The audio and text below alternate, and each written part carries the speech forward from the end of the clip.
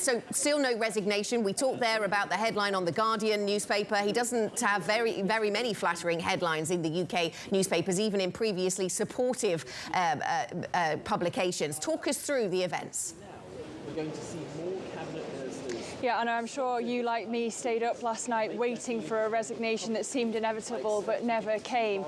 Yesterday it started with Prime Minister's questions at lunchtime, a bruising attack on not just the Prime Minister but also those of his party who've stayed loyal to him.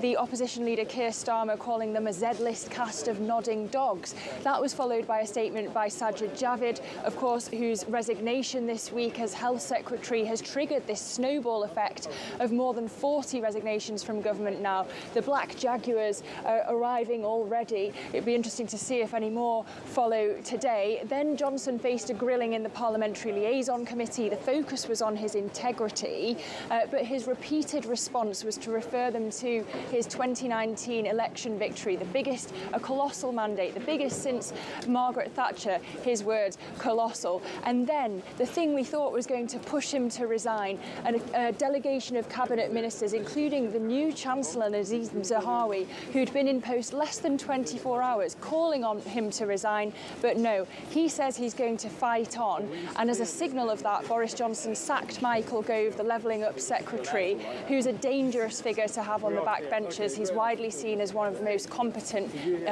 Johnson had in his government. No worries. Lizzy, I'm really struggling to keep up a little bit on UK politics this year, but what is next for Johnson? What are his options now?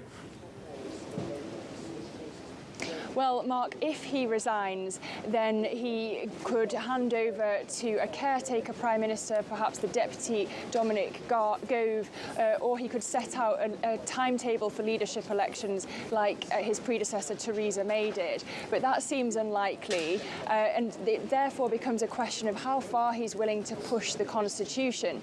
The 1922 Committee of Conservative Backbenchers is going to meet next week, and if, as expected, it changes its leadership, then changes its rules and has another confidence vote, then Boris Johnson would be weakened, but he wouldn't be forced to go. It would then go to a vote of confidence in Parliament. The wildcard option would be for Johnson to call a general election, but it may be that the Queen refuses that request, because ultimately this is not a presidential system we have in the UK. It's his party that was elected, not the Prime Minister, as perhaps you would have in the US.